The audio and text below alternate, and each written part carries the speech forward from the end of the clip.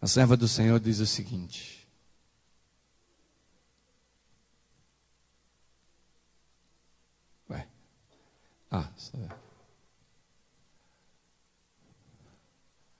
tenho certeza que eu estou no slide certo. Ao aproximar-se a tempestade, uma classe numerosa que tem professado fé na mensagem do terceiro anjo, mas que não tem sido santificada pela obediência à verdade, abandona sua posição, passando para as fileiras do adversário. Conflito dos Sexos, página 659. Olhem só a expressão, uma classe o quê? Numerosa, que tem professado fé na mensagem do terceiro anjo. Está falando de nós, está falando da nossa igreja.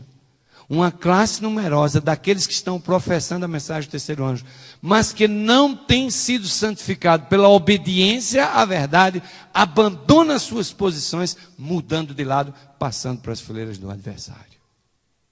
Qual é a razão por que vamos fraquejar? Porque a vida não está santificada. E quando a palavra santificada entra, tem que haver crescimento espiritual.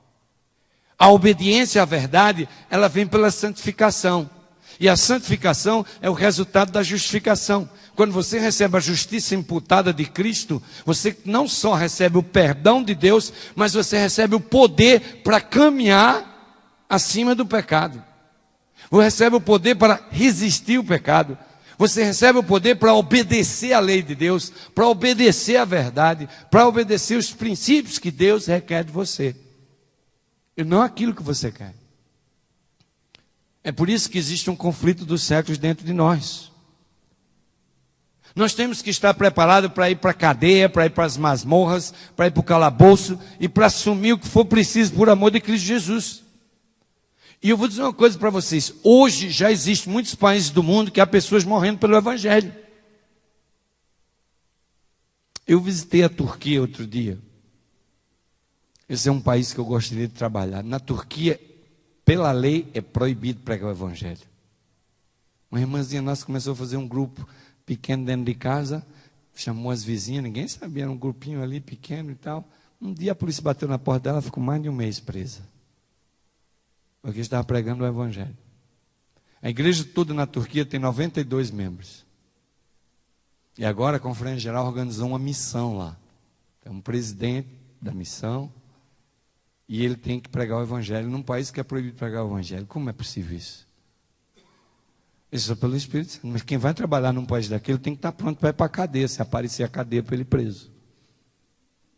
Você não pode fraquejar. Nós vivemos hoje num clima de liberdade religiosa aqui no Brasil, estamos felizes, mas meus queridos, eu vou dizer uma coisa a vocês, vai chegar o dia que a sua fé vai ser provada, e para muitos vai ser a perseguição, e a mensagem diz, quando começar a perseguição, é hora de sair das grandes cidades. Quando o decreto dominical começar a tramitar no Congresso americano, profeticamente como está planejado e desenhado, é hora de sair das grandes cidades, é hora de abandonar tudo.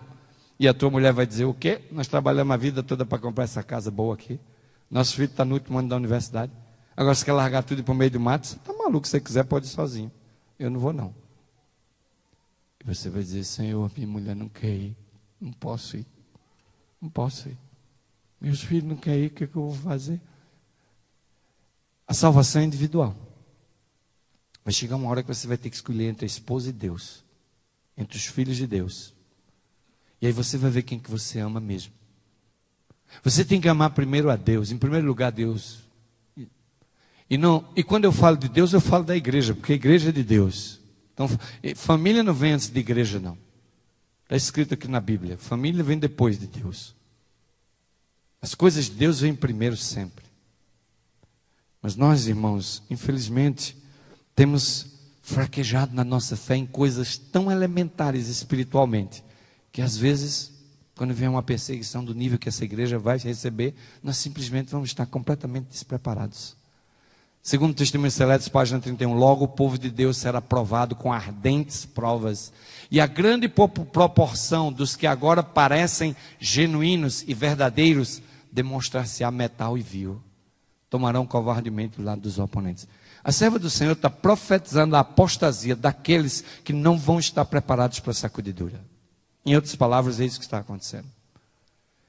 A pergunta que fica essa noite é a seguinte: que tipo de fé você tem? Que tipo de fé eu tenho? Quão grande é a nossa fé? Na hora da dificuldade, que tipo de cristão você vai ser? Que tipo de pessoa você vai ser? Uma primeira razão porque nós podemos fraquejar na sacudidura é o descuido e a indiferença espiritual. Segunda, perseguição por imposição da lei dominical. Terceira, recusa da mensagem de Laodiceia.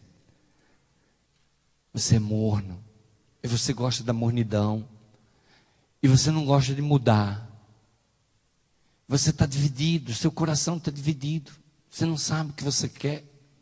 Você não sabe de que lado você vai estar. Você quer se entregar a Deus de todo o coração, mas tem tanta coisa boa aqui que você também quer aproveitar. E eu vou dizer uma coisa: enquanto você estiver de olho nas coisas desse mundo, você nunca vai poder assimilar com plenitude as coisas celestiais. Não vai ser possível. O Espírito de Profecia diz que Ellen White teve uma visão e ela perguntou ao anjo por que as pessoas estavam nessa apostasia. E ele disse: essa apostasia vai ser causada porque as pessoas estão rejeitando a mensagem de Cristo à igreja de Laodiceia. Nós somos miseráveis, pobres, cegos e nus. Vocês sabem, teve um tempo do meu ministério que eu queria ser o melhor pastor do mundo. Aliás, eu achava que eu era o melhor pastor do mundo. Ninguém ia ser melhor que eu. Teve um tempo que eu pensava assim. E eu preparava sermões tremendos, pregava os sermões. E quando eu ficava na porta da igreja, eu esperava as pessoas passar e cumprimentar. Pastor, que mensagem, grande mensagem. E eu ia embora para casa todo feliz, dizendo para minha esposa: olha, hoje foi um grande sermão, o povo comentou. Não sabe que o povo passava, não falava nada? Dirigindo o carro para casa, eu falei: o sermão hoje foi um fracasso, ninguém falou nada. Vocês acham mesmo que eu estava sendo um instrumento de Deus para dar a mensagem? Eu estava buscando glória e recompensa para mim e procurando trabalhar para fazer as pessoas me dizerem que eu era bom, para que eu pudesse convencer a mim mesmo que eu era o melhor pastor do mundo. Levou muitos anos no ministério para eu descobrir que não existe pastor bom e ruim.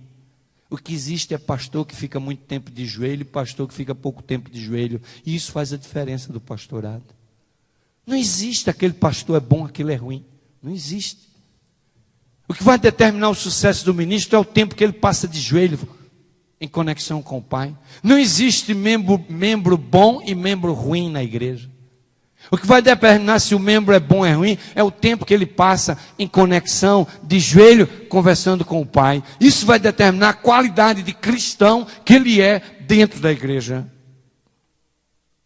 Outra razão porque muitos vão fraquejar na vida espiritual quando vier a sacudidura é porque eles têm um conhecimento superficial da verdade.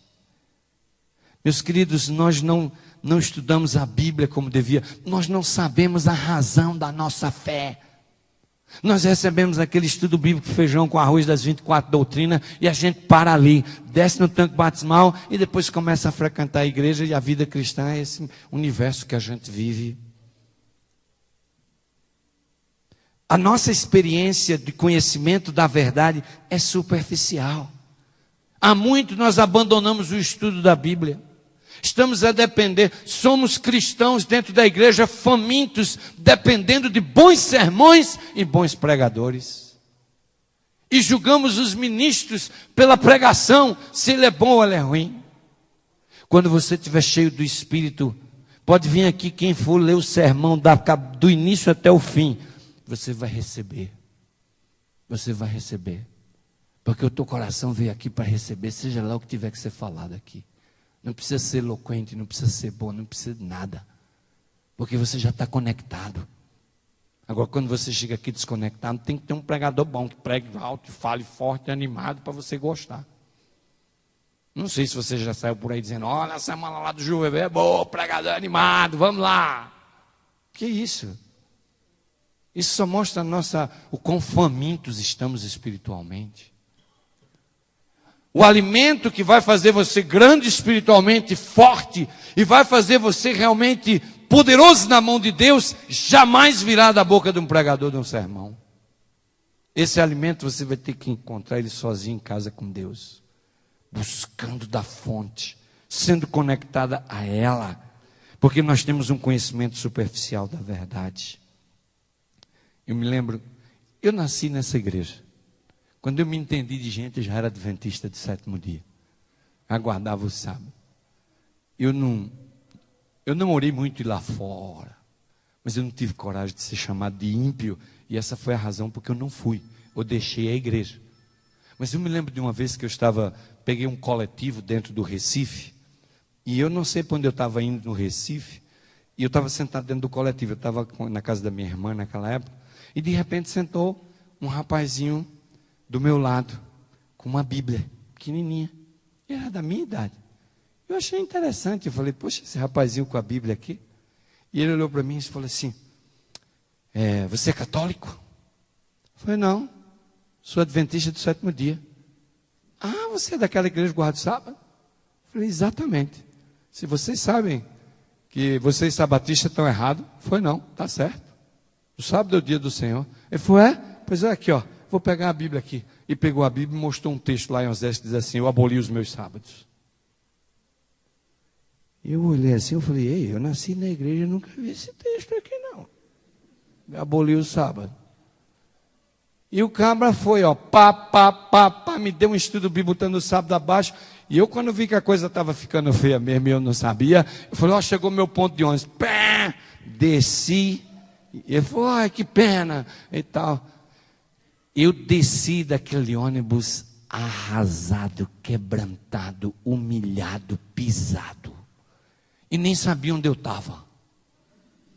Eu nem sabia onde eu estava. Eu andava e eu dizia, eu olhava para o céu assim, as lágrimas desciam. Eu falei, que tipo de adventista que eu sou? Que tipo de cristão que eu sou, que eu não consegui dar um estudo bíblico sobre o sábado, sobre a minha fé, sobre o maior pilar da igreja que eu sirvo. Aquele dia foi um dia marcante na minha vida. Eu tomei uma decisão, falei, Senhor, eu vou estudar a tua palavra agora. Eu não posso mais ser humilhado pelo poder das trevas, do jeito que eu fui humilhado hoje. Eu era um jovem, 17, 18 anos. E o primeiro estudo que eu fui aprender como dar foi o do sábado. E eu comecei a orar. Eu disse, Senhor, o Recife é muito grande, mas me dá a chance, pela misericórdia do Pai, de um dia eu reencontrar aquele jovem. Essa era a minha oração. Porque eu fiquei com um sentimento de culpa tão grande, eu precisava me remediar.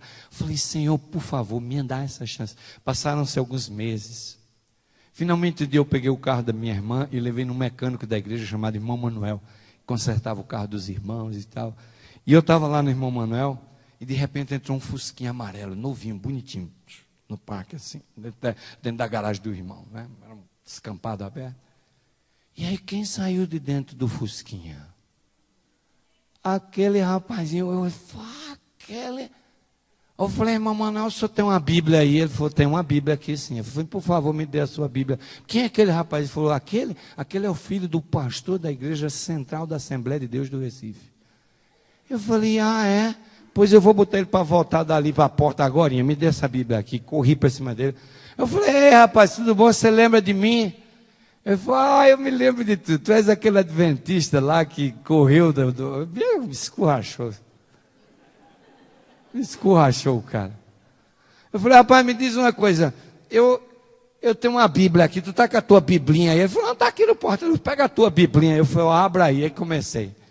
Eu comecei em Gênesis, depois eu fui para Êxodo, e depois eu fui lá para Tiago, e quando chegou em Tiago, que diz que guarda toda a lei, mas quebra um só mandamento, é réu de todos, ele falou, sim rapaz, agora eu preciso ir embora, que a minha mãe tem que pegar, entrou no fusquinha e vazou, e eu fiquei dando glória a Deus naquela oficina. Eu me ajoelhei ali no meio da oficina, eu falei, Senhor Deus, muito obrigado, porque tu mandaste esse rapaz aqui agora. Porque agora eu sei porque eu guardo sábado.